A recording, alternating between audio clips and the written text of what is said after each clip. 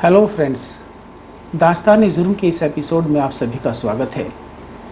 दोस्तों, आज जो कहानी हम आपको सुनाने जा रहे हैं ये दिल दहला देने वाली कहानी है। करीब 14 साल की एक लड़की अपने परिवार के साथ ट्रेन में सफ़र कर रही थी और उसी के पास एक लड़का भी बैठा हुआ था जो लगभग उससे 12 साल बड़ा था। दोनों एक दूसरे को देखते हैं और नज़रें मिलती हैं, फिर नज़रें चार होती हैं और उसके बाद आँखों ही आँखों में प्यार का इजहार हो जाता है। बात करने के लिए इंस्टाग्राम की आईडी ले ली जाती है और फिर दोनों अपने अपने रास्ते चले जाते हैं। लड़का उससे 4400 किलोमीटर दूर पहुंच जाता है। अब 4400 किलोमीटर दूर बैठा हुआ लड़का मोबाइल के माध्यम से या फिर सोशल मीडिया के माध्यम से बातचीत करता है और बातचीत करने के दौरान वो इतना आगे बढ़ जाते हैं कि उन दोनों ने कभी कल्पना भी नहीं की थी। लड़की जब जब बात करती थी तो लड़के की डिमांड और भी ज़्यादा बढ़ जाया करती थी। यानी कि वो कहता था कि बिना कपड़ों के सामने आओ तब बात करते हैं, तो लड़की बिना कपड़ों के सामने आकर भी उससे बात किया करती थी। और फिर एक दिन लड़की ने कहा कि इतनी दूर बैठे बैठे बिना कपड़ों के क्या देखते हो, कभी सामने आकर भी देखने की हिम्मत है आपके अंदर। लड़के ने कहा कि कोई परेशानी नहीं है और वो लड़का उसके कहने से चला आता है। उसने कभी सोचा भी नहीं था कि उसकी ज़िंदगी का ये सफ़र आखिरी सफ़र भी हो सकता है। लड़का जब उस लड़की से मिलने आता है तो उस लड़के का कत्ल कर दिया जाता है। एक नहीं, दो नहीं, बल्कि उसकी बॉडी के 17 टुकड़े कर दिए जाते हैं। लेकिन जिसने भी कत्ल किया था ये सोचकर किया था कि वो कभी ज़िंदगी में पकड़ा नहीं जाएगा, लेकिन वो फिर भी पकड़ा जाता है, बस एक छोटी सी गलती की वजह से। आज की जो सच्ची घटना मैं आपको सुनाने जा रहा हूँ, ये सच्ची घटना छत्तीसगढ़ के कोरबा ज़िले में चेतमा पुलिस चौकी के क्षेत्र के अंतर्गत एक छोटे से गांव गोपालपुर की है। और गोपालपुर के पास एक बहुत बड़ा डैम भी है। 10 जुलाई 2024 की सुबह लगभग 9:30 बजे के आसपास जब लोग अपने अपने काम पर जा रहे थे तो उन्हें रास्ते में थोड़ी बदबू आ रही थी। समझ नहीं पा रहे थे कि आखिरकार ये बदबू कहाँ से आ रही है। तभी एक व्यक्ति थोड़ा सा और आगे बढ़कर देखता है तो उसको किसी इंसान के शरीर के अलग अलग टुकड़े के हिस्से पड़े हुए मिलते हैं। उसको देखते ही उसकी हालत ख़राब हो जाती है। वो ज़ोर ज़ोर से चीखता है, चिल्लाता है और जो लोग वहाँ से गुजर रहे थे उनको भी अपने पास बुला लेता है। अब यहाँ देखने वालों की भीड़ लग जाती है। तुरंत चेतमा चौकी की पुलिस को फ़ोन किया जाता है। जिले की SP Neha Verma police team के साथ मौके पर पहुँच जाती है, ये जानने और देखने के लिए कि जो कत्ल होता है वो बहुत ही भयानक रूप में होता है। ऐसा कत्ल बहुत ही कम देखने और सुनने को मिलता है, लेकिन जब कोरबा ज़िले में इस तरह की भयानक घटना होती है तो पूरा छत्तीसगढ़ दहल जाता है। कत्ल किसने किया है, कत्ल किसका हुआ है, कत्ल क्यों हुआ है, अब पुलिस इन सारे सवालों के जवाब जानने की तलाश में जी जान से लग जाती है। उसके आसपास यानी घटना स्थल पर कुछ कपड़े मिलते हैं, एक बोरी मिलती है और एक बैग मिलता है, लेकिन कत्ल किसका हुआ है अभी ये पुलिस के पास जानकारी नहीं होती है। ये जानने के लिए पुलिस काफ़ी मेहनत करती है। डॉग स्क्वाड और पुलिस की अलग अलग टीम आकर वहाँ देखती हैं, चेक करती हैं, पास के इलाके में और गांव वालों से भी पूछताछ होती है, लेकिन पुलिस को कोई जानकारी या कोई सबूत हाथ नहीं लगता है। पुलिस जब उस बैग की बारीकी से जांच करती है तो पुलिस को बैग के अंदर एक आधार कार्ड मिल जाता है, एक पासपोर्ट मिल जाता है और साथ में एक एयर टिकट भी मिल जाता है। हवाई जहाज़ का टिकट 2 जुलाई 2024 का था, जो कि सऊदी अरब से दिल्ली का था। अब सऊदी अरब से दिल्ली तक का सफ़र सबूत के आधार पर साफ दिखाई दे रहा था, लेकिन यह दिल्ली से चेतमा तक कैसे पहुंचा, ये अपने आप में एक बहुत बड़ा सवाल था जो पुलिस को परेशान कर रहा था कि अब पुलिस करे तो क्या करे। अब पुलिस को पासपोर्ट और आधार कार्ड से फ़ोन नंबर मिला, उसके परिवार वालों से कांटेक्ट करने की कोशिश की गई। पासपोर्ट और आधार कार्ड पर एड्रेस जो था वो लोअर बाज़ार छत्तीसगढ़ की राजधानी रांची का था। पुलिस को वहां भेजा गया पुलिस ने उस एड्रेस पर जाकर लोगों से कांटेक्ट किया, उनसे बातचीत की। पुलिस के साथ वहाँ से 3 या 4 लोग आते हैं। उनमें से एक व्यक्ति का नाम मोहम्मद तहसीन था। मोहम्मद तहसीन से पूछा जाता है तो वो बताता है कि मेरा भाई, जिसका नाम मोहम्मद वसीम अंसारी है, जिसकी उम्र लगभग 28 साल के आसपास है, वो करीब 2.5 साल पहले यहाँ से सऊदी अरब एक प्राइवेट कंपनी में नौकरी करने के लिए गया था और वो अब यहाँ पर आया हुआ है, इस बात की हमें कोई जानकारी नहीं है। वो थोड़ा शांत स्वभाव का था, ज़्यादा किसी से बातचीत नहीं किया करता था, लेकिन हफ्ते या 2 हफ्ते में वो परिवार के किसी न किसी सदस्य से बातचीत कर लिया करता था और हाल चाल जान लिया करता था और अपने बारे में भी बता दिया करता था। लेकिन उसकी लाश यहाँ मिली है और कई टुकड़ों में मिली है, ये काफ़ी हैरान कर देने वाली बात है। कपड़ों और पासपोर्ट वगैरह के आधार पर उसने पहचानने की काफ़ी कोशिश की, लेकिन उसको बिल्कुल भी यकीन नहीं हो रहा था कि उसका भाई आखिरकार यहाँ पहुँचा कैसे। पुलिस अब इस मामले की जांच पड़ताल करती है कि उसका कहीं इस इलाके के लोगों से कोई संपर्क तो नहीं है, लेकिन पुलिस को ऐसी कोई जानकारी नहीं मिल पा रही थी। आखिरकार पुलिस को उसके फ़ोन की डिटेल और लोकेशन से पता चलता है कि वो यहाँ पर आया था। वो कैसे आया था, क्यों आया था, ये तो वो कातिल ही बता सकता था। पुलिस अब कातिल की तलाश में पूरे जी जान से जुट जाती है। CDR और लोकेशन की मदद से जितने भी लोग उसके संपर्क में थे, यानी वसीम के संपर्क में थे, उन सब से बातचीत करने की कोशिश की जाती है।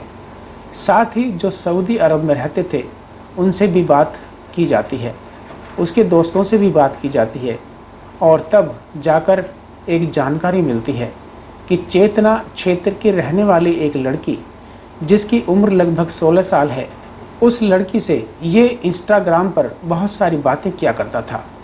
अब चेतना के अलग अलग गांव में, अलग अलग इलाके में पुलिस ने जब तलाश करना शुरू किया तो आखिरकार वो लड़की मिल जाती है। जब पुलिस उस लड़की के घर पहुंचती है तो लड़की के घर वाले कहते हैं कि हमने तो उससे संपर्क बिल्कुल ख़त्म कर दिया है, क्योंकि वो लड़की चरित्र की अच्छी नहीं है और हमारी बात भी नहीं मानती है, इसलिए हमारा उससे कोई संबंध नहीं है। लेकिन मुखबिर ने एक सूचना दी कि इस लड़की का एक प्रेमी है और उस प्रेमी का नाम राजा खान है, जिसकी उम्र लगभग 20 साल के आसपास है, जो चेतना के पास ही एक गांव का निवासी है। पुलिस ने जब उसके घर पर कांटेक्ट करने की कोशिश की तो पता चला कि वो भी गायब है। अब पुलिस को इनके नंबर मिल चुके थे। पुलिस ने जब इनकी CDR और लोकेशन से पता करने की कोशिश की तो उनकी अंतिम लोकेशन उड़ीसा में पाई गई। पुलिस तुरंत उड़ीसा पहुंचती है और आखिरकार इन दोनों को गिरफ्तार कर लिया जाता है। पुलिस अब इनसे पूछताछ करना शुरू कर देती है। अब यह लड़की बताती है कि साल 2021 की बात है, राउरकेला से रांची अपने परिवार के साथ ट्रेन में सफ़र कर रही थी। जब यह 14 साल की थी, एक लड़का इसके सामने बैठा हुआ था। उस लड़के का नाम वसीम अंसारी था। उस वक्त उसकी उम्र 26 साल की थी। दोनों एक दूसरे को देखते हैं। लड़की देखने में बेइंतहा खूबसूरत थी, इसलिए लड़का इस पर फिदा हो जाता है और बातचीत करने के लिए लड़की ने अपनी इंस्टाग्राम की ID शेयर की। उसके बाद वे दोनों अपने अपने रास्ते चले गए। इंस्टाग्राम पर दोनों की बात शुरू हो जाती है। इसी बीच वसीम अंसारी सऊदी अरब नौकरी करने चला जाता है। दोनों आपस में खूब बातें किया करते थे। लड़की को जब भी पैसे की ज़रूरत पड़ती थी तो वो लड़का वहाँ से पैसे भिजवा दिया करता था। लड़की जितने भी पैसे मांगती थी उतने पैसे उसे आसानी से मिल जाया करते थे। वसीम ये नहीं जानता था कि इस लड़की का अफेयर राजा खान नाम के लड़के के साथ भी चल रहा है। लेकिन वसीम जब राजा खान के बारे में पूछता था तो वो बताती थी कि ये मेरा भाई है। कुल मिलाकर जो भी पैसे वो मांगती थी, पैसे उसके पास आ जाया करते थे। एक दिन राजा ने उस लड़की से कहा कि इसके पास बहुत सारा पैसा होगा, क्यों ना इसके सारे पैसे इससे एक ही साथ ले लिए जाए तो कैसा रहेगा। उसने कहा कि प्लानिंग बहुत अच्छी है, इसलिए लड़की ने वसीम को और ज़्यादा आकर्षित करना शुरू कर दिया। अब वसीम को हनी ट्रैप का शिकार बनाना शुरू कर दिया। वो अपने तन से कपड़े उतारती थी और फ़ोन पर उसके सामने आकर बातचीत किया करती थी। वसीम और भी ज़्यादा इम्प्रेस होता चला गया और वो उसके प्यार में पागल हो गया था। जब लड़की ने कहा कि तुम मुझसे मिलने के लिए नहीं आ सकते हो, तो वो कहता है कि ये कौन सा बहुत बड़ी बात है, जब तुम कहोगी, जब तुम बुलाओगी, मैं तुरंत चला आऊँगा। लड़की ने कहा तो फिर आ जाओ। उसके बाद वसीम लड़की से मिलने और उसके साथ कुछ समय बिताने के लिए 4400 किलोमीटर दूर का सफ़र तय करके 1 जुलाई 2024 को अरब से चलता है और 2 जुलाई को दिल्ली पहुंच जाता है। उसके बाद 2 तारीख को ही ट्रेन से बिलासपुर पहुंचता है। लड़की उसको बोलेरो कार से रेलवे स्टेशन से लेकर अपने घर पहुंचती है। घर पहुंचने के बाद लड़की के दोस्त राजा खान ने वसीम की गर्दन पर चाकू रख दिया और उससे कहा कि तुम्हारे पास जितनी भी धन दौलत है, पैसा है, माल है, सब वो हमें चाहिए। वसीम ने ज़ोर ज़ोर से चीखना चिल्लाना शुरू किया। पोल खुल जाने और पकड़े जाने के डर से ठीक उसी वक्त राजा खान ने उसकी गर्दन पर जोर से वार किया और उसकी गर्दन को धड़ से अलग कर दिया। राजा खान प्रोफेशनल था। उसके परिवार में मछली और मटन का काफ़ी बड़ा कारोबार था। काटना पीटना उसकी आदत में शुमार था, इसलिए वसीम की गर्दन को उड़ा देने में उसको कोई परेशानी नहीं हुई। फिर आराम से बैठकर उसके शरीर के छोटे छोटे टुकड़े करने शुरू किए और उन दोनों ने बड़े ही इत्मीनान से वसीम के लगभग 17 से भी ज़्यादा टुकड़े कर दिए। उसके बाद कुछ टुकड़ों को वसीम के ही बैग में रखा। उसी बैग में वसीम के 1 या 2 जोड़ी कपड़े भी रखे हुए थे। बाकी बचे हुए टुकड़ों को एक बोरे में रखा। अब उन्होंने अपने स्कूटर पर लाश के इन टुकड़ों को रखा और डैम में गिराने के लिए चल दिए। वो डैम इतना बड़ा था कि यदि उसमें कोई गिर जाए तो आसानी से मिल नहीं सकता था और यही सोचकर उसके टुकड़े किए गए थे कि लाश को उस डैम में डाल देंगे और किसी को कभी भी कानो कान खबर नहीं लगेगी। अब ये दोनों मिलकर लाश के उन सब टुकड़ों को उस डैम में फेंक देते हैं, लेकिन इत्तेफाक से कुछ टुकड़े बाहर गिर जाते हैं और कुछ डैम के अंदर गिर जाते हैं। और जब 2-3 दिन का वक्त गुजर जाता है, वहाँ से बदबू आनी शुरू हो जाती है। आसपास के लोगों को परेशानी हो रही थी, लेकिन 10 जुलाई 2024 की सुबह लगभग 9:30 बजे के आसपास लोग पुलिस को फ़ोन करते हैं। पुलिस मौके पर पहुंच जाती है और इस घटनाक्रम का खुलासा हो जाता है। पुलिस ने दोनों हत्या के आरोपियों को गिरफ्तार किया और जेल भेज दिया। एसपी नेहा वर्मा ने कहा कि अभी इस पूरे घटनाक्रम का खुलासा किया जा रहा है। साथ ही मरने वाले का डीएनए टेस्ट भी कराया जाएगा ताकि ये पता चल सके कि वाकई ये वसीम अंसारी है या कोई और इन लोगों ने मार दिया है।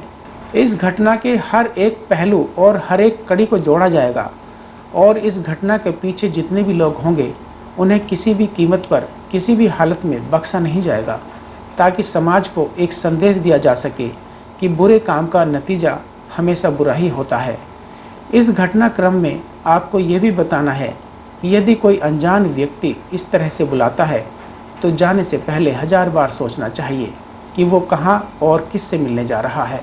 उन दोनों के लिए वसीम का कत्ल करना इसलिए भी आसान हो गया था क्योंकि वसीम किसी को बताए बगैर चोरी छुपे उस लड़की से मिलने 4400 किलोमीटर दूर का सफ़र तय करके अरब से यहाँ आया था। लेकिन वसीम ने कभी सोचा नहीं था कि उसके साथ इतना भयानक हादसा भी हो सकता है। वसीम लड़की की खूबसूरती के पीछे छुपे क्रूर चेहरे को नहीं देख पाया, जबकि उसके भाई का ये कहना था कि वसीम की शादी की बात चल रही थी और लड़की भी देख ली थी और जल्दी ही इसकी शादी होने वाली थी। लेकिन उसने घर वालों को कभी ये नहीं बताया कि उसको एक लड़की से प्यार हो गया है, और यदि उस लड़की से प्यार हो गया था तो वो शादी की बातें क्यों कर रहा था। यदि शादी की बातें चल रही थी तो उस लड़की से बात वो क्यों कर रहा था। दोस्तों, ऐसे बहुत से अनसुलझे सवाल हैं और जिनकी वजह से वसीम मौत के मुंह में पहुंच गया और अपनी जान गंवा बैठा। इस घटना को सुनाने का मकसद किसी का दिल दुखाना या किसी को परेशान करना बिल्कुल नहीं है, बल्कि आपको जागरूक और सचेत करना है। दास्तान जुर्म अभी बाकी है। हम जल्द ही फिर लौटेंगे एक और नई कहानी के साथ। तब तक आप अपना और अपनों का ख्याल रखें। हमारी ये कहानी आपको पसंद आई हो तो चैनल को सब्सक्राइब करें, वीडियो को लाइक और शेयर करें। नीचे कमेंट बॉक्स में अपनी राय और सुझाव ज़रूर दें। बहुत बहुत धन्यवाद।